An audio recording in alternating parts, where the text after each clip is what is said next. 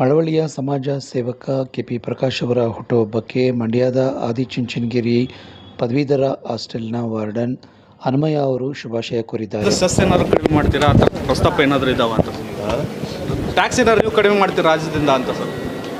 ಯಾವುದು? ಪೆಟ್ರೋಲ್ ಡೀಸೆಲ್ದು ಸರ್. ಅವ್ರು ಏರ್ಸೋದು ನಾವು ಕಡಿಮೆ ಮಾಡೋದ? ಅವ್ರಿಗೆ ನೀವು ಏನು ಮಾತಾಡೋದೇ ಇಲ್ಲ. ಅವ್ರು ಏರ್ಸಿದ್ರು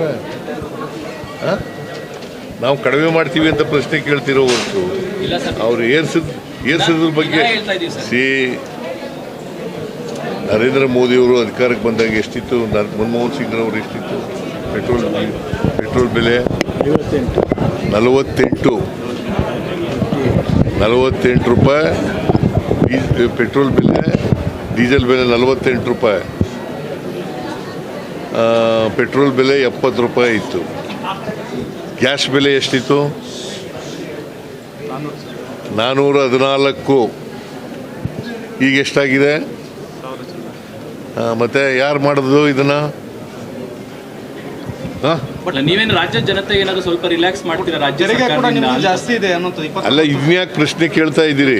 ಅವ್ರು ಹೆಚ್ಚು ಮಾಡಿದ್ರೆ ಇವ್ರು ನೀವು ಕಡಿಮೆ ಮಾಡಿ ಅಂತ ಜನರಿಗೆ ಏನಾದ್ರು ನೀವು ನಿಮ್ಮ ಕಡೆಯಿಂದ ಸಹಕಾರ ಕೊಡ್ತೀರೇನೋ?